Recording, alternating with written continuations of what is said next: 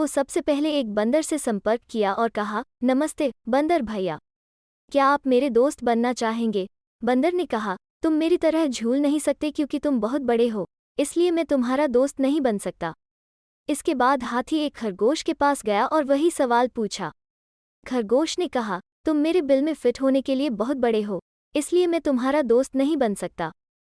फिर हाथी तालाब में रहने वाले मेढक के पास गया और वही सवाल पूछा।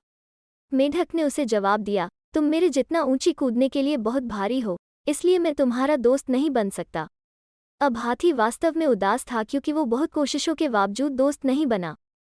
फिर एक दिन सभी जानवरों को जंगल में इधर उधर दौड़ रहे थे। ये देखकर हाथी ने दौड़ रहे एक भालू से पूछा कि इस उपद्रव के पीछे का कारण क्या है। भालू ने कहा, जंगल का शेर शिकार पर निकला है, वे खुद को उससे बचाने के लिए भाग रहे हैं। ऐसे में हाथी शेर के पास गया और कहा कि कृपया इन निर्दोष लोगों को चोट न पहुंचाओ, कृपया उन्हें अकेला छोड़ दें।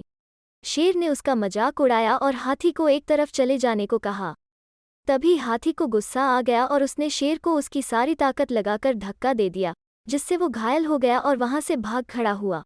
अब बाकी सभी जानवर धीरे धीरे बाहर आ गए और शेर की हार को लेकर आनंदित होने लगे। वे हाथी के पास गए और उससे कहा, तुम्हारा आकार एकदम सही है हमारा दोस्त बनने के लिए। इस कहानी से हमें ये सीख मिलती है कि एक व्यक्ति का आकार उनके मूल्य का निर्धारण नहीं करता है।